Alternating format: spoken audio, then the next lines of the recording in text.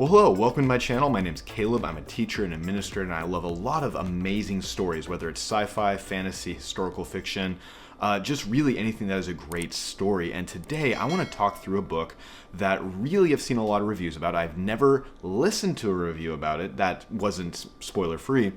And I finally decided to get to this book. This book was actually given to me by one of my parents at my school. Shout out to Todd, thank you for this. But this book, I finally got to it, and I literally read it in a weekend. My wife and I went on a little vacation, and we both spent some time reading. And I got through this book in a couple of days. It is that fast of a read and that fascinating of a read. This book on Goodreads right now actually has 4.5 stars with 944,000 reviews and ratings. That is absolutely insane for this book by the author of The Martian, Andy Weir. Never read The Martian. I'm probably going to check it out after reading this. So let's talk a little bit spoiler free. Nothing in this review is going to be something that you would not get from the back or from the trailer of the upcoming film in 2026. Yes, there will be a movie in 2026 starring Ryan Gosling. You find out that something is going on back on Earth. The sun is cooling, and there's some stuff that's happening. You find out very quickly within the first couple chapters what is happening. This isn't a mystery in terms of what is happening on Earth.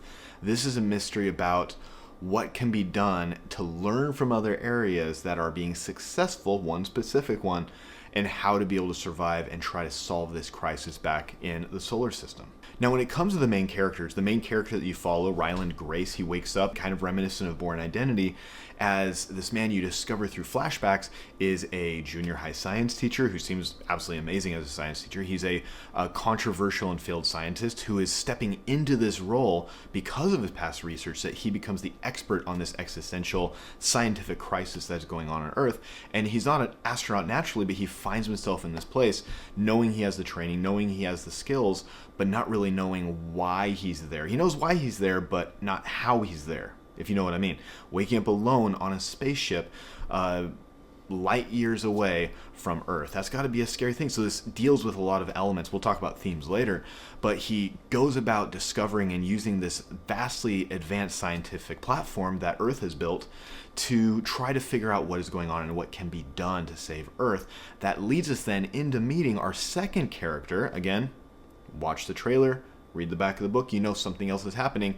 You have your first contact with a very unique alien life form that becomes known as just Rocky, this engineer from another world who is also alone and by himself. What Andy Weir did with these two main characters that you come to know and their interactions really draws you in, because through Ryland you're being able to discover this new contact, this new place, and through his curiosity able to experience this new world and system that he's, creating the science and science fiction, so to speak. Ultimately, these two characters who find themselves by themselves as the last hope of their respective worlds have to overcome massive obstacles, not just language, but communication and science, and their goal and quest to be able to figure out how they can save their respective worlds, which are vastly different, but the solution might be more common than you think. In the flashbacks, you have other main characters as well. There's main scientists and people who come into play, but the flashbacks become more of a introduction and a discovery of our main character and why and how he is where he is at this point.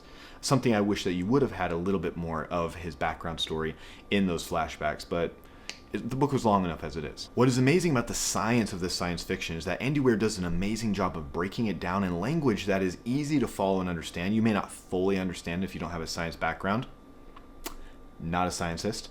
The science can be a bit much at times, but the flow of the story and the cadence of these characters and what they're trying to do and the way it's described really make it approachable if you're not as into massive amounts of science in science fiction, right? You want more of the world, the experience, the characters, the plots that come along, and not just the semantics and details of the science aspect. Where Project Hail Mary shines is in its themes. Obviously, this is a first contact, interspecies cooperation and survival of humanity and these Iridians that you come to find and discover.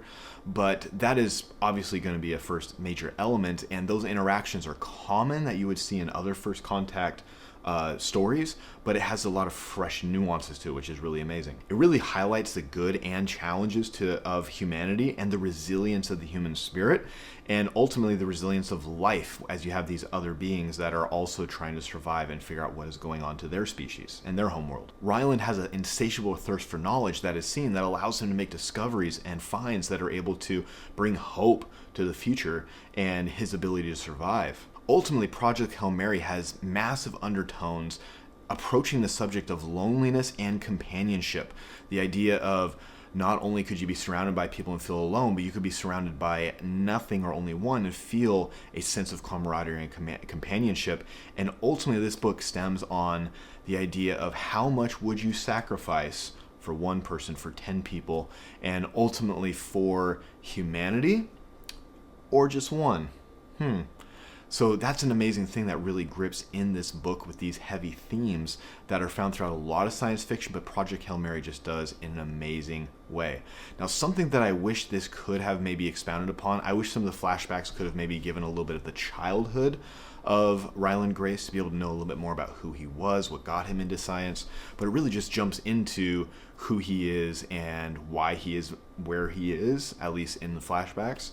So that would have been a nice couple little vignettes, maybe getting to know his family a little bit, but ultimately in the grand theme of the story, it's not that pivotal. I do wish also at the end there had been a little more communication, a little more exposition as a resolution comes. Can't get into any spoilers, but I do wish there'd been a little more development and build off of that. Maybe there will be a sequel, but I think Andy Weir is writing more singular books, so that's something we'll see as we move forward. This book is a very easy A for me to give it. Yes, there's maybe some little things that are personal choices that I don't like as much, but when you take a step back and look at this work and what it does, it is an amazing and fascinating work that will draw you in. It's very approachable, it's very interesting, and it will drag you along because you are curious to find out more about this world and these characters. And what it describes is a very unique first contact story that has some subtle humor throughout it, and it's just a unique system that you have to pick up. So if you like science fiction and you haven't read this yet, most likely you have, you're probably yelling at me in the comments because I said something wrong or I didn't highlight some theme, but it is an amazing book that I can't wait to see what Ryan Gosling does in Project Hail Mary when it comes out. I think it's in March of 2026. Well, that's it for me for this quick video, just highlighting this amazing book that I'm so glad I picked up. Again, thank you to the parent that gave this to me to be able to read. Give me another book, which I'll get to at some point. But definitely recommend that you go and read it. And if you like this video, check out some other videos. Please like, comment, subscribe. And only a few of you get to this point in a video because there's so many other videos to watch. But I appreciate every comment, every like, every subscribe. I would like to get to at least maybe 800 subs by the end of the year. But that's just kind of a little personal goal. So I hope you have a fantastic, amazing day. God bless you. Go make somebody smile and read some good stories. We'll talk to you later. Bye-bye.